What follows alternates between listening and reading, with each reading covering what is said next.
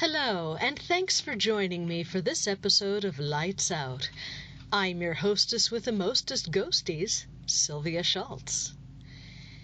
In this episode, I will bring the virtual campfire to you. During my visits to Gettysburg, I had the opportunity to chat with people who experienced their own brush with the past. Most of them were generous enough to share those very personal stories with me. Pull up a log, shove a marshmallow or two onto a stick, and join me around the flames as we go lights out. Wherever I went in Gettysburg, I encountered people with stories to tell. In 2019, when we visited the Battlefield Historic Center, we discovered that reenactors were gathered there for the afternoon. Plus, it was free to get into the Cyclorama exhibit that day, which was amazing. I wandered around talking with people, gathering stories. Regarding witness trees, I find tree after tree scarred from base to limbs so thickly that it would have been impossible to place one's hand upon their trunks without covering the marks of a bullet. How a man could exist in it and come out unhurt is difficult to imagine. Thomas W. Knox, New York Herald, July 6, 1863. During the Battle of Gettysburg, as many as 7 million rounds of iron and lead ammunition were fired by the two armies, leaving a scarred and desolate landscape. So, Liz, you were here at Gettysburg when you were in 8th grade. Okay, you want to tell me what happened there? Well, I figure it was the late 1980s, and we were at a different location than we are now. And we were going out the main front door, and I was seeing what I thought at the time was history reenactors. I was with chaperones and other kids from my 8th grade class. We came out here with the history club. But this is what I saw. I saw a crew of men doing surgery. They looked like they were cutting something off. I can't tell you really for sure what it was. I couldn't see. It was very graphic, very visual, very messy. They're staring at me, staring at them. And it was an intelligent haunting, but back then I thought they were history reenactors. I did not understand that the other people in my tour group, I got goosebumps right here. Let's stop for a moment. I couldn't understand personal perception. I was a child, and no one else could see them. That was the first time I really understood that I could see ghost, see spirit, and it was a rush, but it was frightening because you could smell the blood in the air. But they could see me. And then it was like a flicker of light, like a flicker, like when you're losing the signal on a television, and then the reception's gone, and then the whole scene was gone. And this is the doorway that they were like right outside that we had to walk through.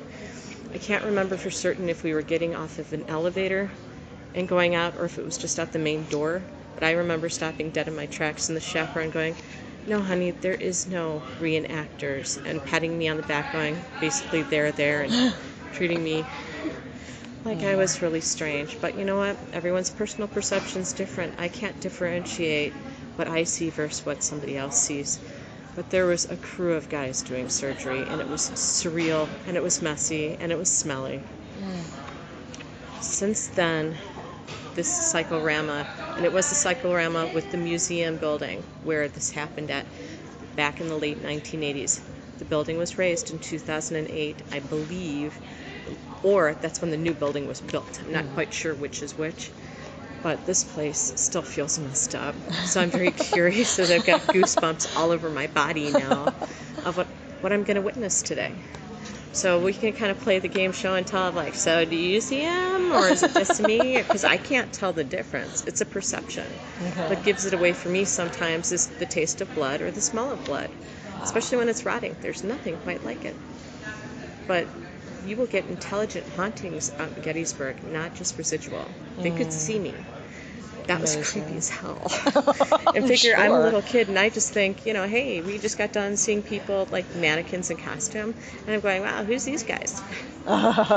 Really dedicated reenactors. It was gross.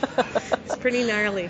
So, yeah, it gave me a major love for history and stuff, which I already kind of did, but this place, there is a very fine line between the dead and the living. That curtain's really thin.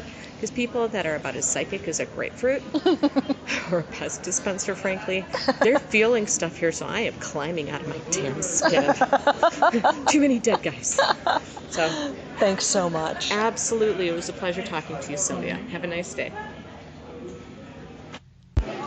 Okay, I am speaking with reenactors. Yeah, we have to.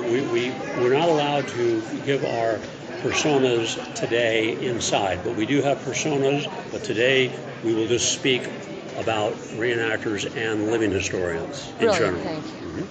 And I was, as a civilian, 21st century, before I became a living historian, my wife and I were walking in the bottom area below Little Round Top and next adjacent to Devil's Den.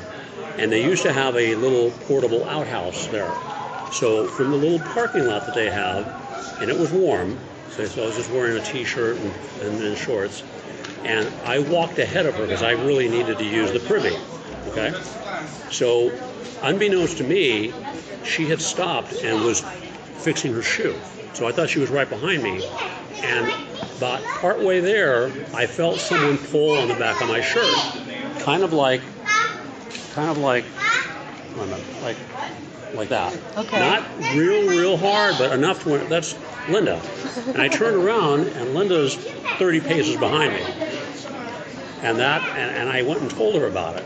And I said, some spirit, a kind spirit, because we believe they're all kind, and if you respect them, they respect you and like. Absolutely. I just had an experience with a spirit, and he wanted me to notice him. I just wish I could have had something more eloquent to say. And that was my wife has had several, but that was my closest and my best and only experience. And I know that someone tugged on my t-shirt, and it couldn't possibly have been my wife. Thank you so much. You're welcome. Anybody else? The women in my family are attracted, I guess, more or less. One night up on Little Round Devil's Den, we had family and friends up there, and they all wanted to go in the triangular field. Well, my wife and I stayed back by the car, and it's about 9:45 at night, and my wife all of a sudden said, "Oh my God!" I turned to her and I said, "What?" She says, "I just saw a soldier walking across the road."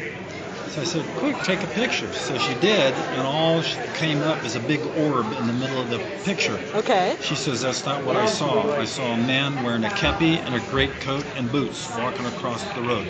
Oh, marvelous. Now, a little bit later, another day, we were at the Farnsworth House, went there for dinner. And we had to wait for our table, and the area at the front door is a little bit crowded, so my wife and my daughter stepped back a ways, and there was a mirror behind my wife. And my daughter was standing in front of her, and they were talking, and all of a sudden, my daughter's eyes went like this, and she whipped around and came back, and she says, "Did you see that?" My wife says, "See what?" She says, "There she is again. You didn't see that?" And she says, "Yes. I didn't see a thing. What is it?" About that time, the waitress comes around and says, "Mr. Eats, your table's ready." And my daughter went to it real quick. She says, "Do you have somebody here working, or did somebody walk in real recently, all dressed in white?" And the waitress just kind of smiled, and she says, "That's Miss Mary. Your table's ready." And turned around and walked off. Now, Miss Mary apparently was the midwife for the family back in the 1850s and 1860s. And she has been known to walk around crying, "It's not my fault, not my fault," because of a stillborn baby. Oh, bless her heart. So she's still there, apparently. Oh, And that's my. what the two ladies seen. The only thing I could tell you is I smelled tobacco smoke from a pipe. when nobody was around me at all, and it was walking down the street at night. In fact, it was across the street from the Farnsworth House. Thank you so much. You're welcome. Nothing on me. Quick question Yes. for you. As a reenactor and living historian, Yeah. I'm in search of ghost stories. Okay. Have you any? I don't. Well, actually, sort of, but it's not that big. Not that great a story. There's a guy over there that does have one. So I used to do the Tapsco Guard, which was Marylanders who wanted to guard Maryland but didn't want to fight the Confederates. Ah. They were. Where are you from? Illinois. Illinois. Okay. Well, so there's Ellicott City is in Maryland, and actually they had big floods. It was on the news last year or so, but so the train station is still there. It was built in 1832. It's the oldest train station in America, and so it's the Baltimore and Ohio Railroad. And the Baltimore and Ohio Railroad was different than all the other railroads at the time because it was built out of stone. Oh. So when the war was happening, the pro-Southern guys went around. They burned all the railroad tracks. They couldn't burn the B&O. So the Tapsco Guard was formed to guard the B&O to keep it safe from sabotage. And so I reenacted that group. And we were doing twilight tours. We would bring people in the back of the museum, and they had the different rooms. We'd have a room for 1861, each year the war and stuff. So I was marching with them along the railroad track, and all of a sudden felt this ice cold, and this was in the summer, ice cold, just for a second. It was so weird. And afterwards, I told some guys about it, and they were like, well, you know, and they showed me this research. So there was 2 pickets out there on the railroad track in the war, and they were hit, kind of goofing off or fell asleep or something, got hit by a train and died. And it's like, so I didn't know that happened, but until afterwards. So that's like my only like maybe ghost story. That's cool. Yeah. Thank you so much. Yeah. If you get, let me see if I can spot where. Is the guy leaning against the tree? He's got a goatee and a red, white striped shirt. Yes, I've had him pointed out to me as Okay, well, and okay. he was willing to tell me a story, but not be recorded saying it. Oh, so. okay. Gotcha. So he told me a story, so that was cool. Alright. Okay. So years ago here, when this was the wax museum, okay, there used to be a maintenance guy that worked here, but he butted heads with the owner at the time. Butted heads. Well, he was in a motorcycle accident, and he passed away. And the owner went down in the basement, and that's where he used to butt heads. And he went down to the basement where he went to go do something, and he felt like somebody just like punched him in the face, full force, black eye. And it was right after, I think his name was Tim. It was right after his death. Oh, so he man. said he just came back to get him. You know? Now that I'm a ghost, I can then- punch you in the face yeah. and get away with it. Then Terry and a few others have heard, like, they heard the ghost cat. They'll hear a meow noise, like a cat in distress in the basement, and there's no cat. And there's people who've searched for it. Some people have seen, like, a Union soldier walk by them down there. Oh, wow. And In the then- basement? Okay. And then in the far corner over there, in our far corner where we exit, a lady who was a sensitive came in and said, I don't know what this man wants, but there's some man who just stands in your corner. He's very quiet. And didn't say anything other than that. He was very quiet. Well, I've had my name said with nobody. It was only been me on the floor. I had my name spoken. So I'm like, oh, they know me, you know? Yeah, But sure. something is that I always thought that the right in a far corner of this parking lot, do you ever hear of the Marines came and did the reenactment of it was World War I veterans. They came out. It was World War I. So anyway, they came and they did a whole Marine charge here. Cool. And a Hamilton who was flying that 2-seater plane, him and his sergeant crashed and died on this property. And one of the girls that worked here, his father was a Marine, and I swear that ghost was in here stalking her because we'd have cabinets opened and stuff, and I would get like this image of him. And that's when I found out that story was after I had the images, and then someone showed me his picture. I'm like, oh, I know who that guy is. Nice. So yeah, so he haunts the building too. That is awesome. So that's the fun stuff. Now, Great. if you go up to the Cemetery Ridge Museum, which is the Lutheran Seminary, Yeah, where okay. they have I think it's 3 floors, and one of them is turned into a field hospital. I took a friend to it was talked about a lot of the aftermath. Yeah. Well, it was talking about how they used to cover their faces with peppermint. Oh, sure, yeah. And her and I got in the elevator, and she was overwhelmed with sadness because she was so sad about all these people getting left with doing this. And she's like, I never realized the impact. We got in the elevator, with only two in the elevator, and she turns to me and says, can I have a piece of that gum you're doing? And I said, I don't have any gum. And we both look at each other, and she's like, I swear I smell peppermint. She steps out of the elevator, and the doors, I've never seen elevator doors. As soon as she stepped out, the elevator doors shut. It took me 5 minutes to get those elevator doors shut. I said, please don't take me to the basement. Please don't take me to the basement. Please don't take me to the basement. I said, just open the doors, please, not today. And the doors opened. Oh, I got out. nice. That is amazing. So those are some of the stories. Cool. That is so cool. Thank you so very much No for sharing. problem. This is at the Gettysburg Heritage Center. Thank you so much. You're welcome. Thanks. In 2020, I visited Gettysburg with Dale Kaczmarek, who shared his vast knowledge of the battle and his personal experience. This is the Farnsworth House. This was named for Brigadier General Elon James Farnsworth, who actually commanded the 1st Brigade of the 3rd Division of the Cavalry Union Army from June 28th to July 3rd. On July 3rd, he died. Okay, he was mortally wounded on the Battle of Gettysburg. He was 25 years old. Generals from 25 and 30 years old. Think of that. Think of the generals now. 60s, 50s, right? Well, after the collapse of Pickett's charge, which you're going to see tonight, after the federal troops were trying to go back, the Confederates were streaming back, but they were defeated. He decided that he was going to try to further push those troops back under the auspices of his superior, General Hugh Judson Kilpatrick, who was a cavalry officer. He was a pretty good cavalry officer, but he made some stupid decisions sometimes during his lifetime. Now he told to Farnsworth to charge with his brigade against the positions of Devil's Den, which we saw that, in the hopes of pushing those troops further back beyond the Little Round Top. Now, Farnsworth initially balked at the idea. He did not like the idea, just like Longstreet didn't like the idea of Pickett's charge. So he said there was no hope of success. So eventually Kilpatrick disdained. So anyway, you can see, if you look on this wall, all the bullet holes on the side of this wall, embedded next to the drain pipe, all over.